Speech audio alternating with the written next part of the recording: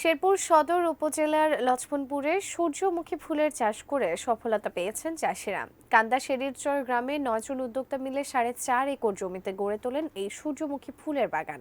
শেরপুরের মাটি সূর্যমুখী চাষে বেশ উপযোগী হওয়ার আগের বছরের তুলনায় এবছর বেড়েছে চাষের পরিমাণ। সূর্যমুখীর বাগান দেখতে প্রতিদিন ভিড় করছেন অসংখ্য পর্যটক। ফলে একই সাথে পর্যটনের একটি খাত হিসেবেও গড়ে উঠেছে সূর্যমুখী বাগান। শেরপুর সদর উপজেলা কৃষি কর্মকর্তা জানান, সূর্যমুখীর তেল শরীর ও হার্টের জন্য বেশ উপকারী। তেল জাতীয় ফসল হিসেবে সূর্যমুখীকে কৃষকের কাছে পরিচিত করতে কাজ করছে কৃষি বিভাগ। ভবিষ্যতে সূর্যমুখী ফুলের চাষ আরও বাড়বে বলে আশা করেন তিনি।